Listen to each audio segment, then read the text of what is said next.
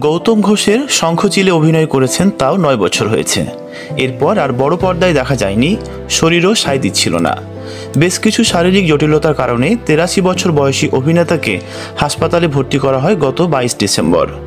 সেখানে অবস্থার অবনতি হলে তাকে নিবিড় পরিচর্যা অর্থাৎ আইসিইউতে রাখা হয়। পরে কেবিনে স্থানান্তর করা হলে আবারও অবস্থার অবনতি ঘটে। গত রোববার থেকে অক্সিজেনের মাত্রা কমতে থাকে। সেদিন রাত 10টা 10 মিনিটে চিকিৎসকেরা প্রবীর মিত্রকে মৃত ঘোষণা করেন।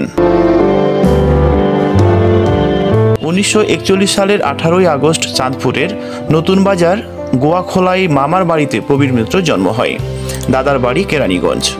পুরান ঢাকায় বেড়ে ওঠা প্রবীর মিত্র স্কুল জীবন থেকেই নাট্যচর্চা করলেও অভিনয়ের চেয়ে খেলাধুলার প্রতি আগ্রহ ছিল বেশি। অভিনেতা হবেন এমনটা ভাবেননি তিনি। প্রথম বিভাগে হকি খেলেছেন ক্রিকেট। 1969 সালে এইচ আকবরের জল ছবি চলচ্চিত্রের জন্য প্রথম ক্যামেরার সামনে দাঁড়ান প্রবীর মিত্র। চলচ্চিত্রটি মুক্তি পায় 1971 সালের 1 জানুয়ারি। ক্যারিয়ারের শুরুর দিকে কয়েকটি চলচ্চিত্রের নায়ক হিসেবে অভিনয় করেছেন প্রবীর মিত্র, তবে চরিত্র অভিনেতা হিসেবে কাজ করে দর্শকপ্রিয়তা পেয়েছেন বেশি। ঋত্বিক ঘটকের তিতাস একটি নদীর নাম ছবির কিশোর এবং অন্যতম স্মরণীয় চরিত্র।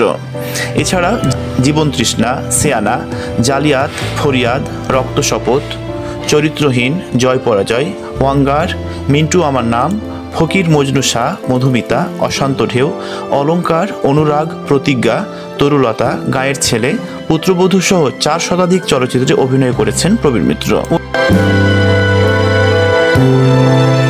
1973 সালে মুসলিম পরিবারের মেয়ে অজান্তাকে ভালোবেসে বিয়ে করেন প্রবীর মিত্র। বিয়ের সময় ইসলাম ধর্ম গ্রহণ করেন তিনি। নিজের নাম পাল্টে রাখেন হাসান ইমাম।